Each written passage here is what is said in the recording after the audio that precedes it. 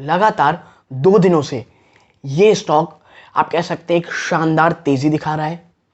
ये स्टॉक जो पिछले काफ़ी समय से आप कह सकते हैं कि प्रेशर में था, अंडर परफॉर्म कर रहा था और इसके अंडर परफॉर्म करने की रीजंस भी थे जो बहुत ज़्यादा हद तक वैलिड थे। इस स्टॉक के ऊपर मैं बहुत समय से आप कह सकते हैं लगातार वीडियोस बनाया हूं। जब जब इसने कह सकते हैं गिरावट दिखाई मैंने वीडियो बनाया था। जब इसने एक शानदार रैलियां बनाई हैं मैंने तब भी वीडियो बना के आपको इस बात की ओर सचेत किया था कि भाई आगे का कह सकते हैं आप कि जो विजन है और आगे की जो रणनीति है वो स्टॉक में क्या होनी चाहिए। और पिछले 2 दिनों से स्टॉक आप कह सकते हैं मोर देन 18 to 19% रिटर्न दे चुका है दोस्तों। अब निवेशक इस बात को लेकर के परेशान है कि भाई इतनी बड़ी रैली के बाद अब क्या इसमें प्रॉफिट बुक कर लेना चाहिए क्या। पिछली बार की तरह आपको याद हो कि इस स्टॉक ने मोर देन 45% की रैली दिखा दी थी सिर्फ आप कह सकते हैं मुश्किल से मुझे याद है 7 से 8 दिन के अंदर। और उसके बाद जो गिरावट हुई वो अनप्रेसिडेंटेड गिरावट थी दोस्तों। तो क्या वापस से कुछ ऐसी हिस्ट्री रिपीट होने वाली है? इन तमाम पहलुओं पे चर्चा करेंगे दोस्तों। अगर आप इसके निवेशक हैं तो ये आपको वीडियो जरूर देखना चाहिए और यदि आप करंट लेवल में निवेश करने की सोच रहे हैं तो भी आपको ये वीडियो जरूर से जरूर देखनी चाहिए। ये वीडियो आपके बहुत सारे डाउट्स मुझे लगता है क्लियर करेगा। और यदि आप मेरे पुराने निवेशक, आप मेरे पुराने व्यूअर्स हैं, मेरे वीडियोस देख रहे होंगे इस स्टॉक के ऊपर, तो आपको पता होगा मैं स्टॉक को लेकर के काफ़ी हद तक बुलिश रहा हूँ। और खासकर कि रिसेंट टाइम में जो उसने लो लगाया था वहाँ पर मैंने आपको डिस्क्लोजर के रूप में ये भी बताया था कि भाई मैं या मेरी फैमिली मेंबर में किसी ने स्टॉक में निवेश किया है लेकिन मेरा हॉरिजन काफ़ी लंबा है दोस्तों। नमस्कार दोस्तों, मेरा नाम है मेहता मिश्रा और आज बात करने वाला हूं वैभव ग्लोबल के ऊपर। देखिए, वैभव ग्लोबल, मैंने आपसे हमेशा एक बात कही है, स्टॉक फंडामेंटली ऑसम है, स्टॉक का बिजनेस जबरदस्त है, स्टॉक के जो ज्योग्राफिकल रीजन है बिजनेस के, वो जिस प्रकार की बिजनेस में है, ज्वेलरी, जेम्स, वॉचेस, ऐसे लग्जरियस आइटम की, तो आपको पता होगा इस लग्जरियस आइटम के लिए सबसे अच्छी कंट्रीज कौन सी हो सकती हैं? यूएस और यूके। और यही कारण है कि एक कंपनी दोस्तों यूएस और यूके दोनों जगह पे अपना कह सकते हैं आप बिजनेस चलाती है और बिजनेस चलाने के लिए रिटेल प्लस टेलीविजन और वेबसाइट तीनों ही मीडियम का प्रयोग करती है और शानदार प्रोडक्ट देती है। मैन्युफैक्चरिंग इनकी बात करें तो इसके पास आप कह लीजिए दो जगह है जहाँ पे मैन्युफैक्चरिंग यूनिट लगा रखी है। पहला है भारत, इंडिया, हमारा प्यारा भारत, और दूसरा है चाइना। तो ये दोनों जगह मैन्युफैक्चरिंग यूनिट है। सामान इंपोर्ट कहाँ से होता है? और ये वो आंसर है दोस्तों कि फिनोमिनल है, लगभग हर जगह से होता है। जी हाँ, आप कह लीजिए Thailand, Russia, Ukraine, African countries, south Asian countries, आप कह लीजिए मिडिल ईस्ट, इन तमाम जगहों से ये माल इंपोर्ट करते हैं दोस्तों। ठीक है, और आपको पता होगा इंपोर्ट करने के कारण आप देखिए अभी के समय में जिस तरह से फ्राइट के कॉस्ट, यानी सामान को जहाज के थ्रू एक जगह से दूसरी जगह ले जाना दोस्तों, आपको पता होगा कितनी ज़्यादा एक्सपेंसिव हो गई थी, जिस कारण इनके मार्जिन में डेंट पड़ा। दूसरा, इकोनॉमिक स्लो डाउन, और ये अभी जो स्लो डाउन है दोस्तों ये कहीं गया नहीं है। आपको पता होगा पॉवेल साहब का जो कह लीजिए जैक्सन होल की मीटिंग में जो बयान आया है कि भाई इन्फ्लेशन को 2% लाने के लिए जो करना पड़ेगा करेंगे, अगर इकोनॉमिक स्लो डाउन आता है तो भी हम उससे नहीं डरते हैं। और देखिए इसका असर आपको सीधा सीधा होते दिखाई देगा वैभव ग्लोबल की सेल्स पे। ठीक है, मैं आपको बताऊंगा, कोई घबराने की इतनी ज़रूरत नहीं है कि भाई ये तो सब गड़बड़ हो जाएगा, पूरा बात समझिएगा पहले। ठीक है, और वैभव ग्लोबल आप देखिए तमाम से इंपोर्ट मंगाता है। जिस तरह से सप्लाई चेन इश्यूज हुए, रशिया यूक्रेन वॉर के कारण वहाँ से सप्लाई एकदम से रुक गई, जिसका असर आपको स्टॉक में बिल्कुल देखने को मिला होगा दोस्तों। और ये तमाम निगेटिविटी स्टॉक ने अपने प्राइस में डिस्काउंट की और यही कारण है एक समय में ऊपरी स्तरों से 60% ज़्यादा की गिरावट दिखाई इसने दोस्तों। मैंने इस वीडियो में बनाया था, एक बार जब बनाया था दोस्तों, मैंने कहा था 300 के आसपास, आप कह लीजिए 390, 375, 365 एक काफ़ी अच्छा रीज़न है एक्यूमुलेशन का। वहाँ पर मैंने कहा था कि भाई हाँ मैंने एंट्री ली है, मैंने खरीदारी की है। वहाँ से ये स्टॉक सिर्फ और सिर्फ 8 से 10 दिनों में दोस्तों 505, 510 के ऊपर पहुँच गया था। आप समझ जाइए कितना, मोर देन 45% का रिटर्न इसने दिया था दोस्तों।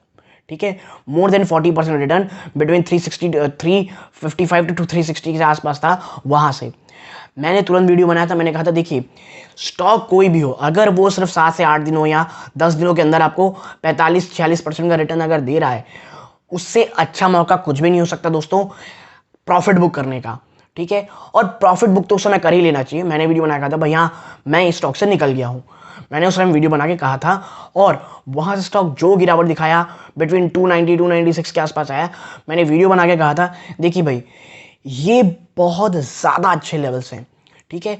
और उसी के समय कुछ दिन पहले ये रिपोर्ट आई थी कि जो अजय केडिया साहब हैं उन्होंने जून क्वार्टर के अंदर अपनी स्टेक 1.9% से बढ़ा करके 2% कर ली है, ठीक है। उसके बाद भी स्टॉक कुछ 3-4% गिरा था, मैंने कहा था this is very good positions, वहाँ पे मैंने निवेश किया था। लेकिन हाँ मैं ये नहीं कहूँगा कि मैंने कोई बहुत बड़ा लमसम अमाउंट का इन्वेस्टमेंट की थी, मैंने एक बहुत छोटी क्वांटिटी की थी और उसके बाद मुझे मौका मिला ही नहीं कभी इसमें निवेश करने का। उसके बाद से स्टॉक सिर्फ और सिर्फ ऊपर की स्तर पे चले जा रहा है, ठीक है। आज अगर आप देखेंगे ना 375 स्टॉक 372 टू बिटवीन 375 स्टॉक ने इतना ह्यूज रेजिस्टेंस से बना रखा है, इसे तोड़ने में लगभग बहुत इसे मुश्किल हो रही है।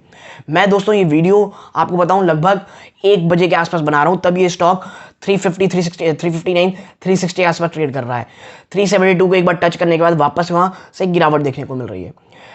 तो बाजार बंद होते होते यदि ये 375 को तोड़ करके ऊपर चला जाता है, एक ह्यूज रेजिस्टेंस को ही तोड़ के ऊपर जाएगा दोस्तों, उसके बाद 400 के आसपास इसे जाने से कोई नहीं रोक सकता। लेकिन मुझे बहुत कम चांसेस लगते हैं कि 375 के लेवल्स को तोड़ पाएगा। क्या इन पे फ्रेश एंट्री लेनी चाहिए? देखिए फ्रेश एंट्री अगर आप लेते हैं तो आप समझ जाइएगा आप जिस स्टॉक में निवेश कर रहे हैं उसका रिस्क रिवॉर्ड रेशियो मुझे थोड़ा सा रिस्क की तरफ लगता है, ठीक है। हाँ स्मॉल चंक ऑफ इन्वेस्टमेंट अगर आप करना चाहते हैं आप बिल्कुल कर सकते हैं, लेकिन कोई भी बड़ी इन्वेस्टमेंट मैं इन स्तरों पे सलाह नहीं दूंगा। 375 एक ह्यूज रेजिस्टेंस दिख रहा है इस स्टॉक के लिए, ठीक है। और निचले स्तरों पे अभी भी 290 के आसपास ये स्टॉक है।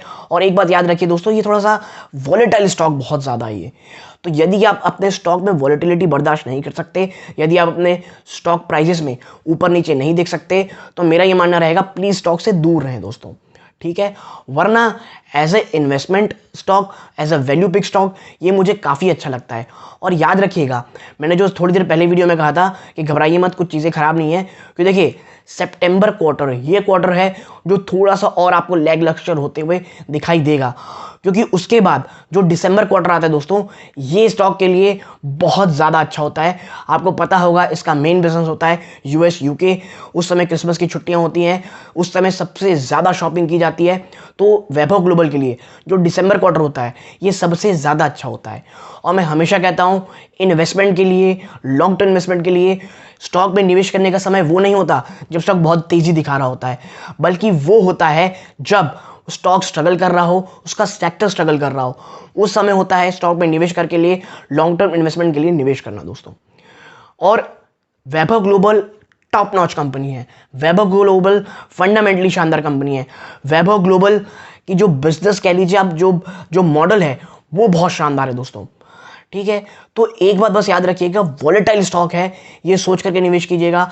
अगर बहुत निचले स्तरों पे आपके पास है 300 310 और आप लॉन्ग टर्म के लिए आए, बिल्कुल घबराने की जरूरत नहीं दोस्तों, चुपचाप स्टॉक को पकड़ के बैठे रहिए।